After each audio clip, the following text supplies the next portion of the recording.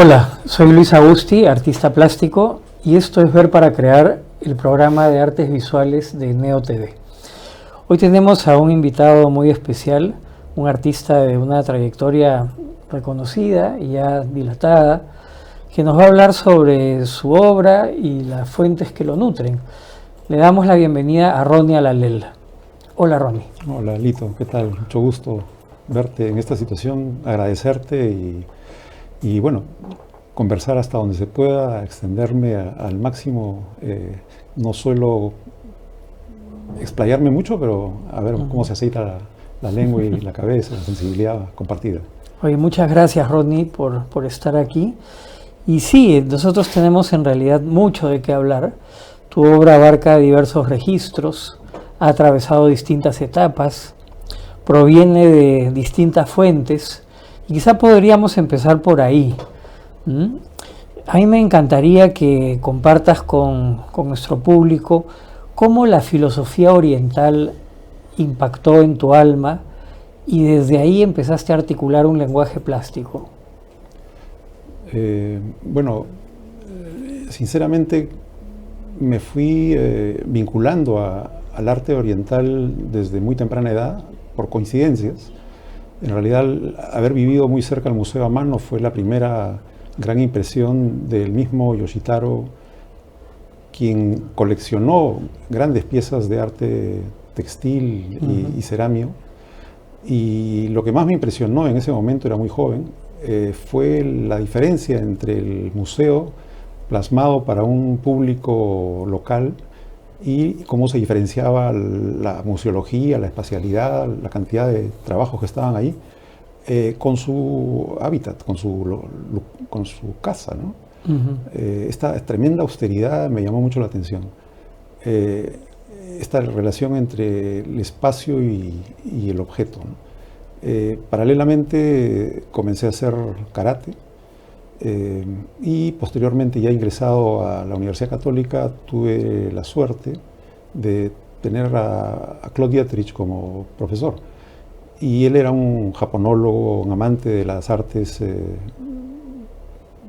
gráficas y las artes marciales.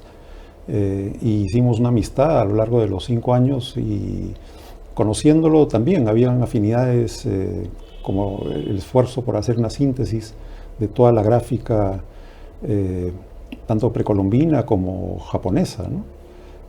Y también obviamente alemana, que era su madre, digamos, cultural como grafista.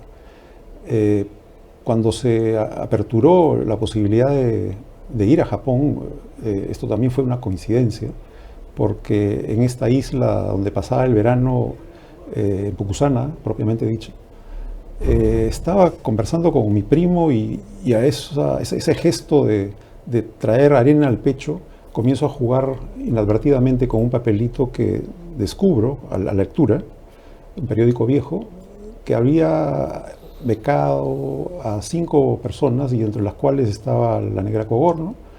Y bueno, yo estaba a punto de terminar la carrera y dije, yo tengo que saborear el arte desde la perspectiva asiática, porque al fin y al cabo aquí nos hemos nutrido del arte y de la estética y de la primacía, digamos, antropocéntrica del hombre europeo. Winternitz de Austria, Ana Macaño de Italia, el mismo Claude de Francia, y todo lo que habíamos recibido como bagaje cultural en la Católica, obviamente venía de la madre europea. Y yo sentía que había una disparidad tremenda entre la concepción y los procesos creativos de Occidente y los que en realidad han marcado la vida y la existencia, tanto plástica como filosófica, en Oriente, ¿no? Entonces apliqué a esta beca y felizmente la obtuve, ¿no?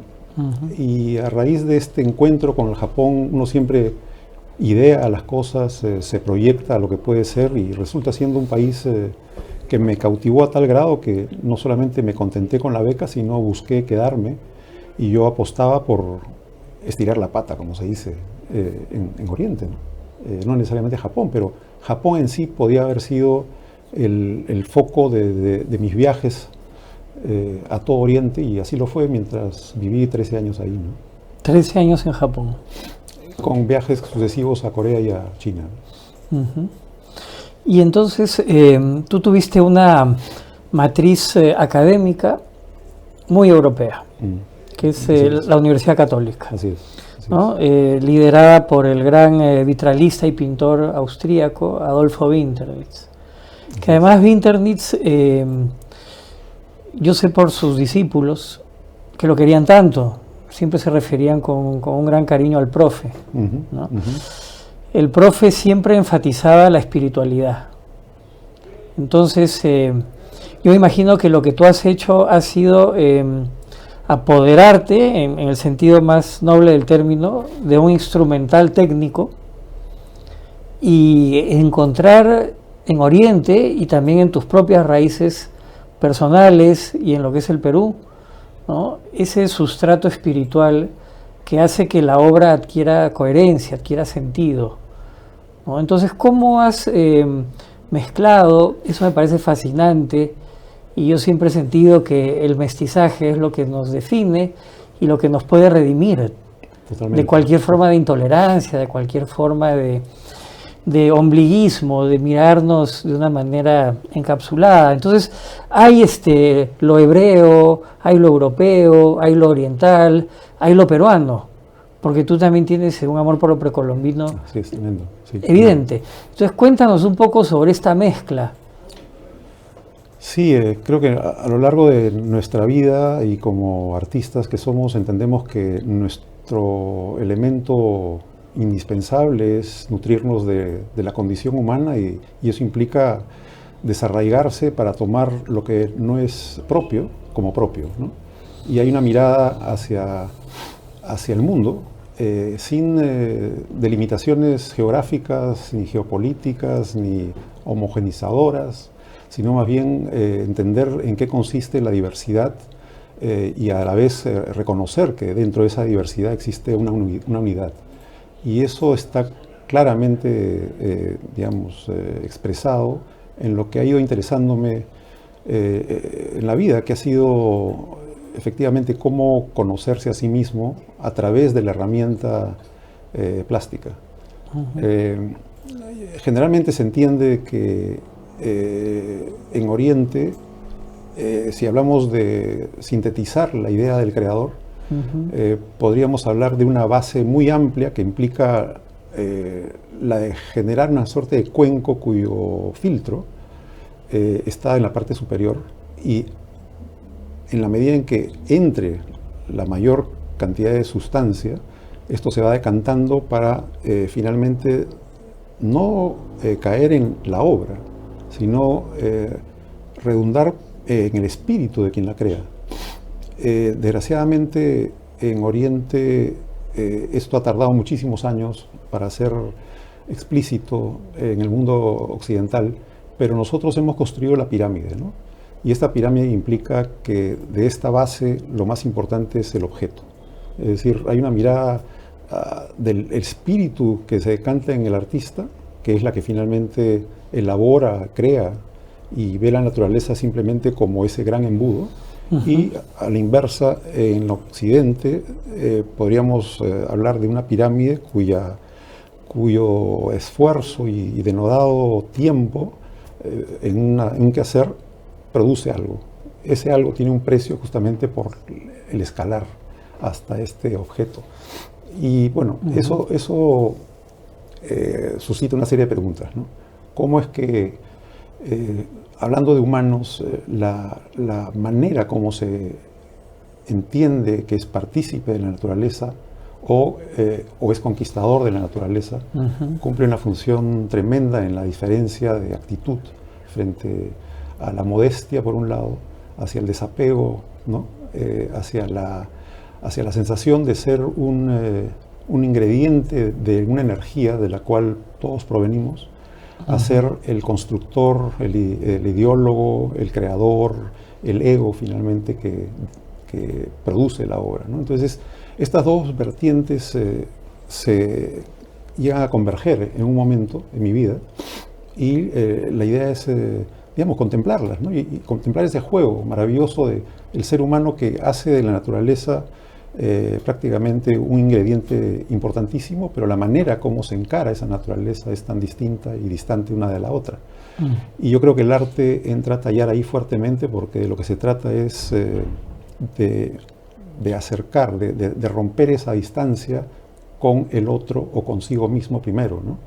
Entonces, cuando uno habla del paisaje, por ejemplo, el occidental pues lo encara directamente y pinta observándolo y haciendo este ejercicio del acierto y el desacierto continuo, pero teniendo el objeto a estudiar al frente. El hombre oriental en su tradición generalmente se inmiscuye, se incorpora a una serie de paisajes y va adquiriendo una experiencia y un compromiso para con ella y un deseo de contemplarla, de tal manera que ese encantamiento contemplativo produzca en su laboratorio, en su taller, en su espacio íntimo, lo que ha venido surgiendo como movimientos internos y se hace de tal manera que no hay borrador de por medio, ¿no? Entonces, mientras nosotros hacemos el ejercicio de acierto y error, corrigiendo continuamente, el oriental, digamos, refina su sensibilidad mientras vive la experiencia del paisaje, y en el taller es que se lanza a ejecutar todo esto en fracciones de minutos. Entonces, claro, los elementos sustanciales del arte oriental tienen que ser ad hoc a esa experiencia, cómo plasmar lo que tengo, lo que guardo, lo que abrazo en el interior, de manera casi inmediata, donde el error está ahí, queda como registro de nuestro ser incompleto, errado, digamos, humano en su expresión más bruta, por decirlo así, ¿no? No es un error en última instancia, Así como es. lo podríamos entender desde una mirada más ortodoxa, más canónica, Claro. de esa aspiración a una técnica perfecta. Lo que nosotros reputamos como error desde esta mirada de Oriente es más bien un registro. Y bueno, capturar el momento, capturar el gesto. En última instancia, creo que la fugacidad de la vida es la que se pone en juego. Yo creo que si tuviese que hablar de Japón, la palabra impermanencia es la que más vibra, resuena, no solamente en mi memoria, sino en el Japón contemporáneo. Y eso tiene varias derivaciones, ¿no? En las que yo me inmiscuí personalmente, tienen que ver con la arquitectura, la cerámica, la caligrafía, pero incluso antes de llegar a la caligrafía, que ha sido la madre de la cultura oriental, porque al fin y al cabo en el siglo VI es que llegan los textos búdicos de China a Japón, lo que sucede es que hay que entender la materia, ¿no?, de la cual está produciéndose la caligrafía, y para ello los japoneses han regresado a la materia prima, ¿no?, al ser granjeros que han producido ciertas calidades de maderas de las cuales han decantado las distintas tintas, papeles, es decir, arbustos de los cuales se han decantado distintos papeles. El papel, ¿no? Qué importante. Papel, los 4 tesoros en realidad de la élite o de la intelectualidad china, que son derivadas a Japón, son el papel, el pincel, la tinta y una piedra de lima de la cual se extrae o se decanta la barra sólida de tinta, ¿no? Entonces, cada una tiene una función, y yo creo que la que más me interesó fue la última, la que parece ser la menos inapropiada para las artes, que es la piedra, ¿no? Esta piedra es la que se prepara de tal manera que esta barra, por la misma concentración de esta barra, se vaya decantando a presión, y son esos momentos en los que el artista se da el tiempo y el espacio para amansar su espíritu y estar preparado psíquica y físicamente para adentrarse en el acto caligráfico que, como dije, implican segundos o minutos a lo más, Pero es este último estadio, ¿no? O materia, la que le permite al artista entender cuál es el soporte espiritual de la caligrafía, ¿no? De no poder decantarse la tinta de esa manera específica, entonces todos los demás materiales no sirven de nada, porque es ese estadio el que ellos llaman de vacío total, de vacuidad total, la que le permite a uno no confrontarse con el papel en blanco, con ideas preconcebidas, con un acercamiento hacia lo que llamaríamos nosotros un boceto, ¿no? Entonces, es esta frescura que se logra solamente en el estado contemplativo, meditativo, donde la respiración cumple una función importantísima, ¿no? Entonces, ¿cómo llevar esta respiración que es tan propia del reino tanto vegetal como animal a la producción que es tan lógica en el mundo oriental, porque todo ser que respira produce, ¿no? Y esta respiración se ha convertido en una ciencia fabulosa para los artistas y para el resto de gente que está comprometido con concentrar, focalizar una energía que, como digo, se traduce en la palabra, ¿no? Finalmente la palabra es divina y este ser humano, en tanto que está preparado para expresarla, en tanto que está vacío, en un estado de cuenco vacuo, es que recién podemos hablar de la frescura de la creación, ¿no? Porque no está teñido de absolutamente nada, ¿no? Entonces, hay un principio del niño, del cual repetía muy a menudo Picasso incluso, ¿no? Sí. Picasso decía que le había tomado aproximadamente una década aprender a pintar como un profesional y todo el resto de su vida aprender a pintar como un niño. Así es. ¿No? Y entonces lo que yo observo es que hay una conexión entre estados mentales, ¿no? Vivencias espirituales, paisaje, material. Sería entonces la búsqueda de un estado de gracia, por llamarlo de alguna manera, que quizá remite a tradiciones más cristianas, más europeas, pero un estado propicio para que brote una suerte de creación, de génesis. Y eso me imagino que también es, si lo miramos desde una perspectiva terapéutica, una forma de sanación. Totalmente. Además, somos y creamos lo que pisamos, ¿no? Y yo creo que el hecho de haber nacido en una familia en donde existió un grupo humano abocado a la medicina tiene mucho que ver con lo que yo también quise ser, ¿no? Mi padre me llevaba a los hospitales, a las clínicas. He estado compartiendo con él los primeros años de médico, año y medio que cursé, y siempre he vinculado el arte de la sanación con las artes en general. Y aunque comencé trabajando como artista en nuestras respectivas cuevas, cuanto más vivo, más disfruto del trabajo social, ¿no? Y en ese trabajo social, la implicancia que tiene la obra no es la obra que yo produzco, sino la obra que somos capaces de producir en conjunto. Tuve la suerte también de ser parte de una trienal en Japón.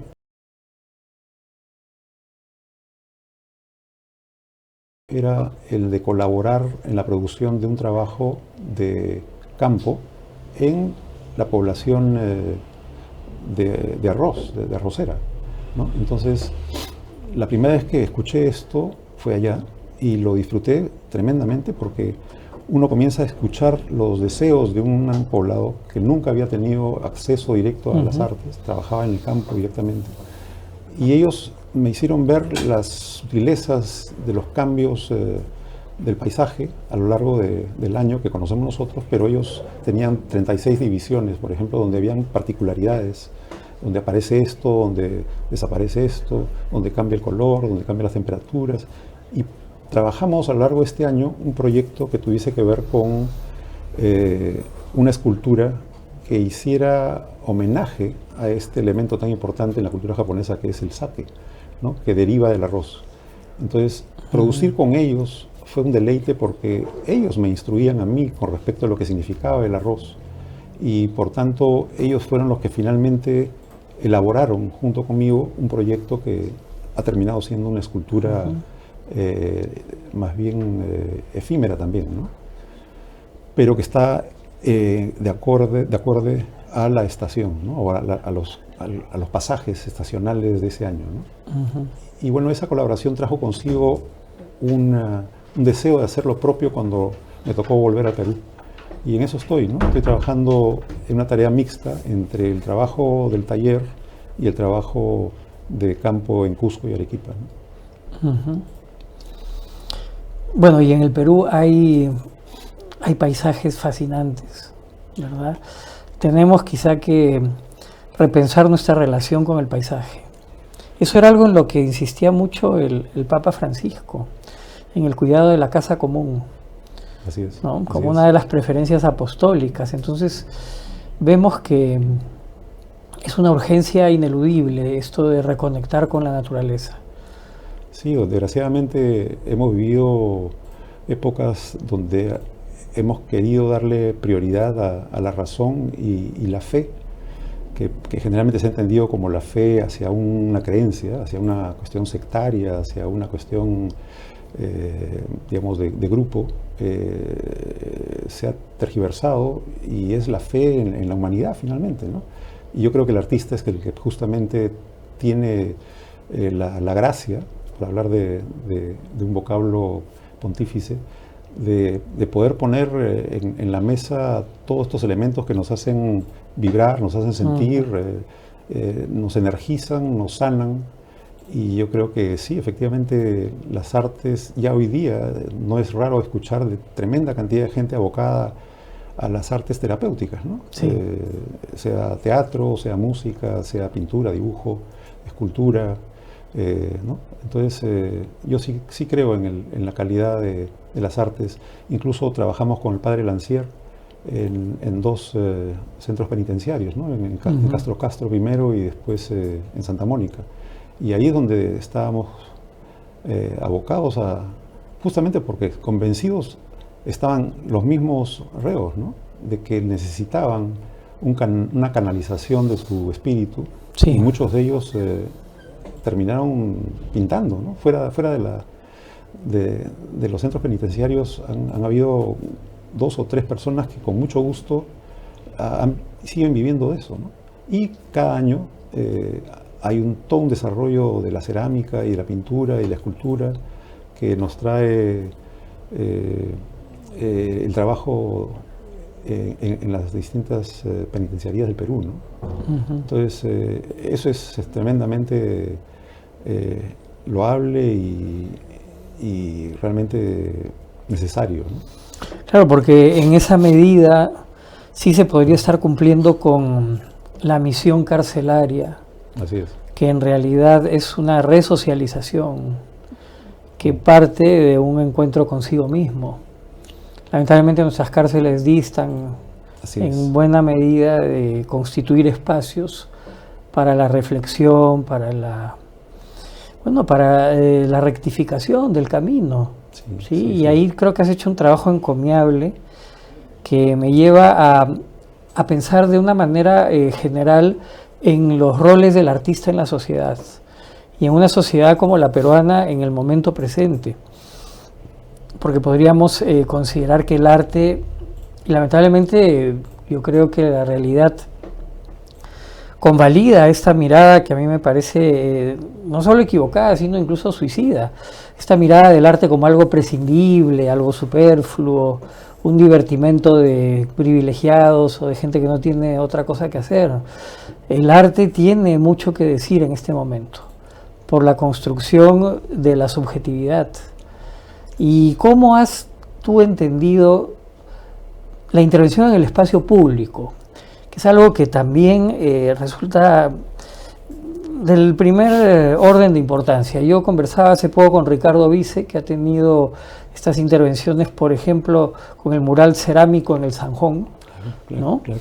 Y efectivamente, el caos visual, que es parte de un caos general, de una situación de hostilidad, de todos contra todos en el tráfico cotidiano, de inseguridad, de recelo, Pero ¿cómo podemos desde el arte amortiguar esas sensaciones que en última instancia pues trastocan el juicio y nos roban la paz?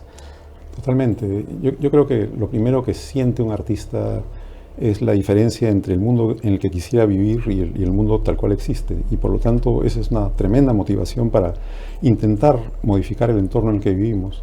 Y por ende, cuando se hace una gestión a nivel citadino, hay que saber que estamos en un país que no le da prioridad a esto y las gestiones pueden demorar años de años, que ha sido el caso de muchas de las cosas en las cuales yo me he inmiscuido.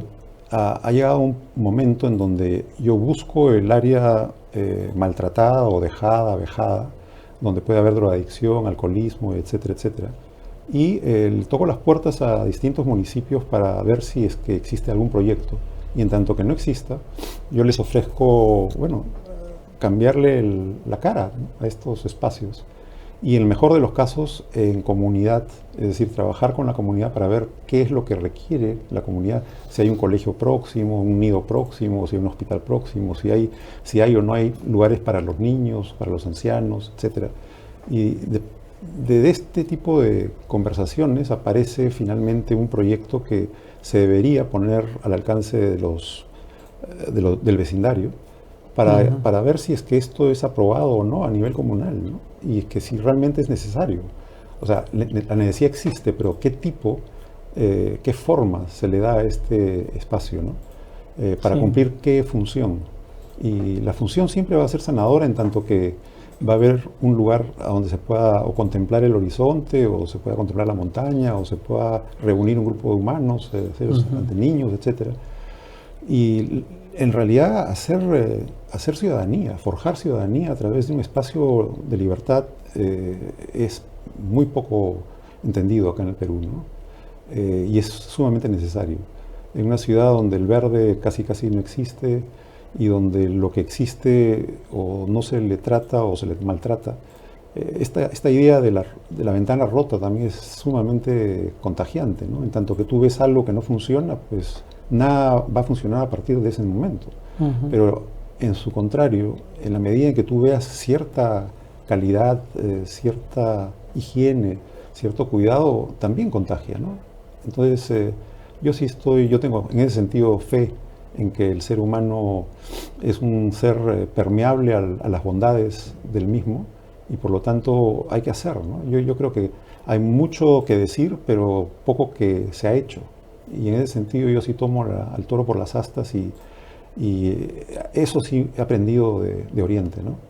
Es una cultura que no se vanagloria de ideas que se trasladan a la palabra, sino se materializan, y esa materialización tiene una secuela que siempre va a engrandecer el espíritu humano, ¿no? Sí, Ronnie, y realmente lo que tenemos que poner por delante es la preocupación por el bien común. Que esto, yo creo que en tiempos recientes ha sido mirado con mucho recelo. Se piensa que el bien común implica un sesgo ideológico, ¿no? Algo que iría como a contracorriente de la libertad del individuo y de lo que de alguna manera podría encarnar en ciertas corrientes de manejo macroeconómico, político, etc. El bien común creo que es absolutamente transcultural y es la esencia de lo humano. O sea, el ser humano es un individuo que se realiza como tal en contacto con el otro.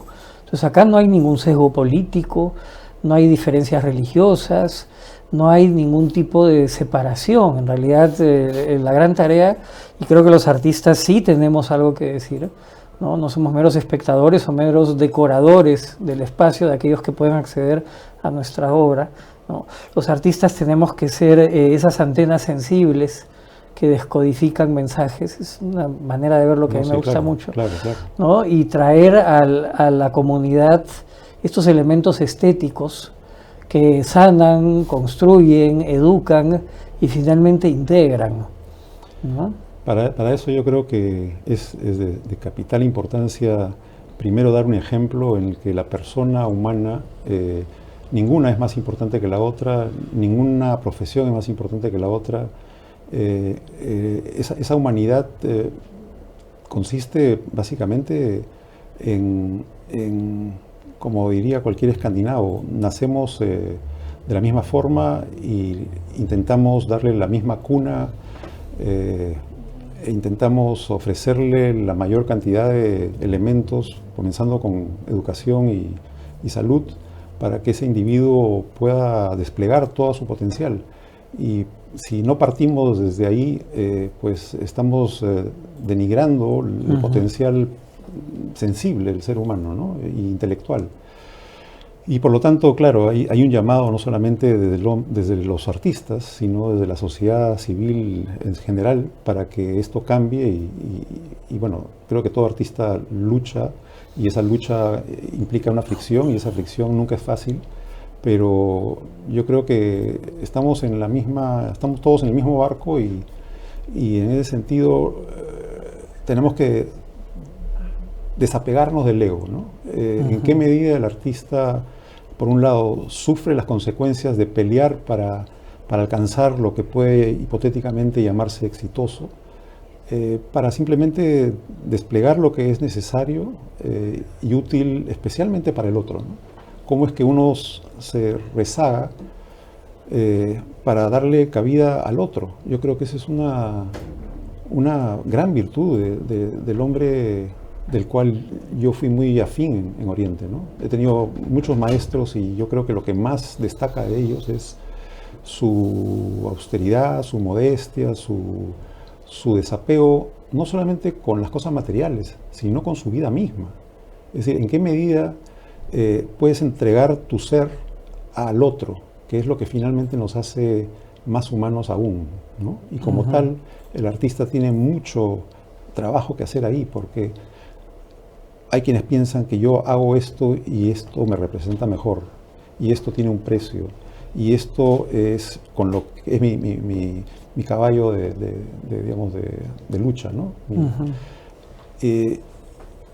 Si nos olvidamos de eso, de ese objeto, de esa materia, de esa energía, y pensamos que es al revés, ¿no? Esta materia es el espacio-tiempo que nos permitimos tener como artistas para conocer y ahondar en nuestra humanidad.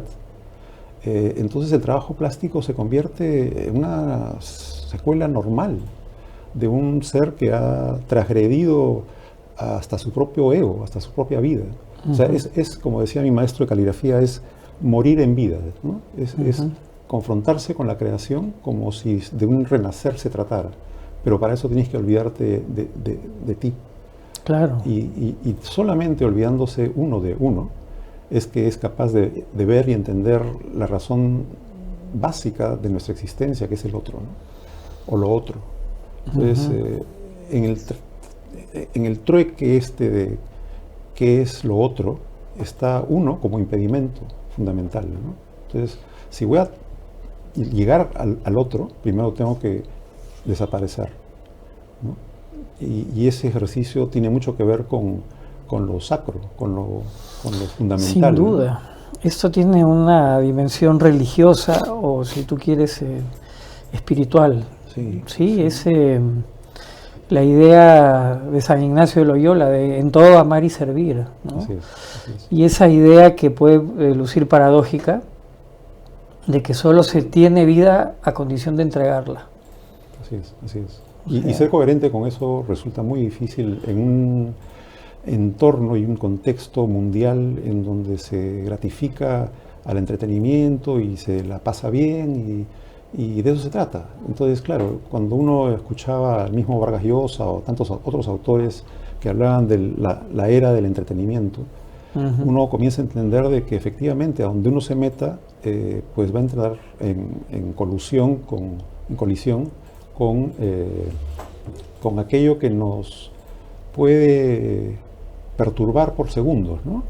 Nos puede sacar del centro por segundos, o por la fama de los 15 minutos de Warhol, ¿no?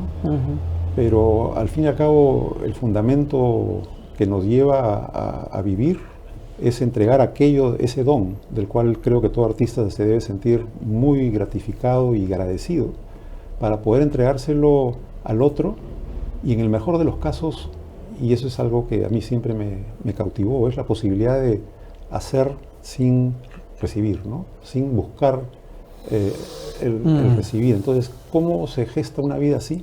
Yo la encontré sinceramente en la vida monástica. O sea, cuando yo conviví por muy poco tiempo en varios estadios en Japón con esta capacidad de preservar este lugar en su calidad de santuario, ¿no? De templo, es cuando tú entregas en esa soledad, en ese ocio productivo, una mezcla de... de silencio. Silencio total, ¿no? Maravilloso. Qué lujo el silencio hoy día. Sí, sí. Bueno, y se está buscando, ¿no? Yo entiendo que la juventud está enfocada en la preservación de la naturaleza primero y buscar lugares remotos de las grandes ciudades, sí. ¿no? Porque esa conexión, todos mis alumnos, o la gran mayoría de mis alumnos, ha querido deshacerse del tipo de vida en Lima o en la ciudad grande, si se va a Nueva York, que se han ido algunos, otros a Londres, etcétera, París. Pero muchos de ellos en los entornos exteriores, ¿no? En contacto real con la naturaleza, ¿no? Y esos ciclos tienen se manejan en otros tiempos, ¿no? Se manejan urgencias, pero de otro tipo, y que al fin y al cabo redundan en la urgencia de una reflexión, autorreflexión, autocrítica, y no en todo lo que nos pueda entretener, ¿no?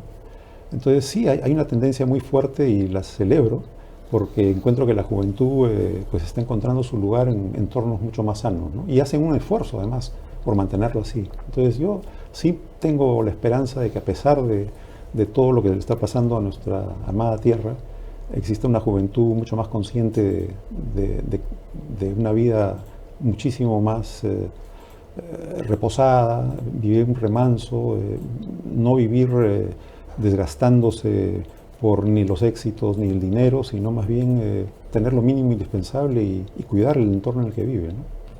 Sí. Ronnie, y tu vocabulario visual es amplísimo. Dibujo, pintura, escultura en espacio público, ¿no? En escala monumental. Estos trabajos que son como una especie de performance, de gesto capturado con la tinta, ¿verdad? ¿Y cómo encuentras el tiempo? Labor social, desarrollo espiritual y tenis, que será motivo de otro programa. ¿Cómo haces, Ronnie, por el amor de Dios, para encontrar el espacio, para conectarte de esa manera intensa, ¿verdad? Tan coherente, ¿no? Con todo esto que has compartido con nosotros? ¿Es posible cuando tenemos unas agendas recargadas, que al final terminan siendo frustrantes porque termina el día y no hemos hecho ni la mitad de todo lo que teníamos apuntado? ¿Cómo se puede empezar? La verdad es que uno se ve de distinta manera, ¿no? Las urgencias, cuando están produciendo incendios internos, salen a la luz en los vehículos que tengan que salir. Pero yo creo que todos hacen una suerte de escenario en el que todas se dan de la mano, ¿no? Yo creo que hay en términos neuronales, hay, como le dicen hay estos radicales libres, ¿no? Uh-huh. Y cuando estos radicales libres se han liberado de algo, tienen que encontrar otra conexión con consigo mismo, ¿no? Y yo creo que, por darte una idea, ¿no? El trabajo, por un lado, preconcebido, que aprendí como diseñador inicialmente, es algo que disfruté por mucho tiempo y me metí a algo que sí me interesó, que tenía que ver con la síntesis de los ideogramas, ¿no? Hacer logotipos no es otra cosa que eso, ¿no? Entonces comencé en la gráfica haciendo identidades corporativas, viendo la naturaleza, asimilando su core, ¿no? Su centro, y sintetizándolas, ¿no? Es lo mismo que he venido haciendo con los caracteres chinos, ¿no? De alguna manera el carácter en sí mismo ya se me otorgó y está cargadísimo de una poética visual impresionante. Entonces, por un lado, la produjo una instancia en mi vida, y en otra instancia aprendo de esto y no termino de diseñar a raíz de lo que he aprendido en Oriente. Ahora, si reducimos la caligrafía propiamente dicha Zen, hay mucho de corporal. Hay una danza que se despliega encima del papel, y esa danza no es otra cosa que la justa medida de la recepción de una energía y el devolver esa energía. Cuando comencé a hacer deporte y encajé perfectamente con las paletas, después el ping-pong, en Oriente el badminton, y decantamos finalmente con mi hijo en el juego del tenis, resulta que mi mayor aprendizaje lo hice para incorporar una biodinámica muy extraña para mí inicialmente, pero que tiene una lógica, de tal manera que la caligrafía en su movimiento y en su ejecución es una danza, ¿no? Y cuando estoy jugando tenis la entiendo de igual manera. Entonces, ¿qué es lo que hace que la bola finalmente sea trasladada de una manera parabólica y con tal efecto y qué sé yo? Tiene mucho que ver con la sutileza del agarre, con la respiración, con el foco en la pelota. La mirada. El entendimiento del campo abierto con respecto a los movimientos posibles del contrincante. Todo esto lo manejé en la caligrafía. Entonces, para mí Qué interesante esa conexión. Hermanas perfectas, ¿no? Son danzas muy distintas, pero que tienen un engranaje maravilloso. Y por otro lado, como te dije anteriormente, si el hombre está constituido por una serie de factores, como lo somos todos, pero la cultura nos tiñe, nuestra cultura finalmente, como te dije, es la del acierto y el desacierto y la reparación continua, ¿no? La otra se hace exactamente lo mismo, pero se repara uno, ¿no? No es el objeto que está haciéndose, sino se repara uno en todas sus virtudes y sus defectos. Hay una contemplación de todo eso, y en la medida en que uno se puede llegar a evacuar de eso en lo que estamos intricados tremendamente, y llegas a forjar un vacío interior, entonces lo que emana con una pureza que te sorprende, ¿no? Es como el shock de reconocerte en eso, solamente si la honestidad entra a tallar de por medio, ¿no? Porque tú no puedes intervenir el papel hasta que no logres ese estado de claridad total. Y hablo de claridad no de la razón, sino de la no razón, de ese blanco que vas a tocar para no extraerle todo lo que ya el blanco tiene. Estamos hablando de una concepción del espacio y del tiempo y de la blancura muy distinta a la nuestra, ¿no? Entonces, ahí son digamos, cosmogonías que entran en juego, ¿no? Cómo se ha forjado esta en contraste con esta, pero las dos hacen al humano, ¿no? Finalmente, son dos vertientes muy fuertes de procesos creativos, pero cuando ya los has visto a los dos, entonces no hay otra cosa inevitable que forjar la fusión, el encuentro, la hibridación, el sincretismo, del cual estoy totalmente abocado, ¿no? Sí. Sí, Ronnie, yo creo que, bueno, despojarse de las propias certezas, asumir la provisionalidad del conocimiento. La incertidumbre total es en el estadio perfecto para crear, ¿no? Si yo voy a crear algo que ya he concebido, ¿para qué lo creo? O sea, es la aventura de lanzarse a ese vacío que te da un espejo de lo que tú no habías previsto, ¿no? Eso es algo de lo que Oriente puede jactarse de haber sido artífice de esa línea de trabajo, ¿no? Y Occidente, por su lado, también tiene sus grandes virtudes, ¿no? Porque yo no descarto el trabajo en el que boceteo y erro y vuelvo claro, ¿no? Pero cuando las dos las entiendes y las has asimilado, puedes trabajar perfectamente en un canal, en este canal, o en las dos juntas, ¿no? Y eso yo creo que es, hablando de la pedagogía de las artes, un nutriente importante que me encanta, además, disfrutar con mis alumnos, ¿no?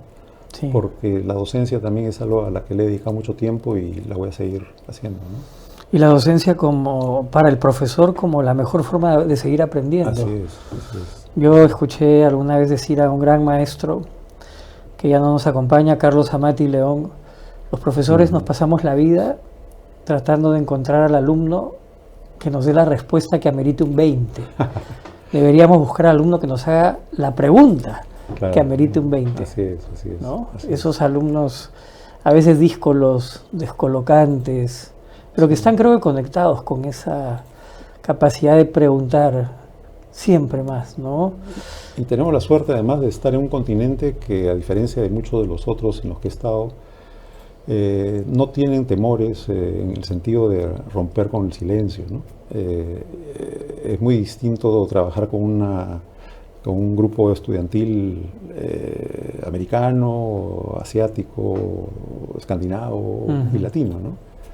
Y la verdad es que he disfrutado por muchos años esta, por un lado, informalidad y por otro lado el no temor a decir una barbaridad, ¿no?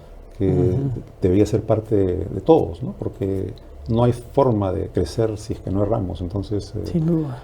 Y qué mejor que el arte, porque creo que entre las profesiones que conocemos, el artista erra a cada instante y cada trazo puede ser un gravísimo error, siempre y cuando dependamos, digamos, de la tiranía del ojo, ¿no?